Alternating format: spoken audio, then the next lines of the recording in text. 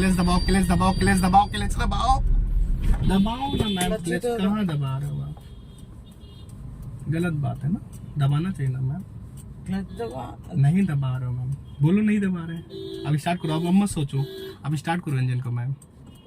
Clutch दबा के engine start करो मैम प्लीज। आप स्टीयरिंग को पूरा घुमाओ मैम, ब्रेक पे पैर रखो मैम। मैं जो बोल रहा हूँ उसको करो प्लीज, ब्रेक पे पैर रखो मैम। आप क्लच को छोड़ो मैम, हल्का हल्का छोड़ना मैम प्लीज, है ना। हाँ हल्का का छोड़ो मैम क्लच, स्टीयरिंग घुमाओ मैम राइट और घुमा लो। आपने एकदम से क्लच छोड़ा मैम, क्लच दबा लिया करो। अगर क्लच नहीं दबाओगे तो फिर ऐसे होगा रास्ते में, ठीक है। गुड, सीधे स्ट्रेट जाएंगे हम लोग। अब यहाँ पे पता है आपने दो गलतियां की। एक तो आपने रोकने के लिए क्लच नहीं दबाया और आप स्टीयरिंग नहीं घुमा रहे थे।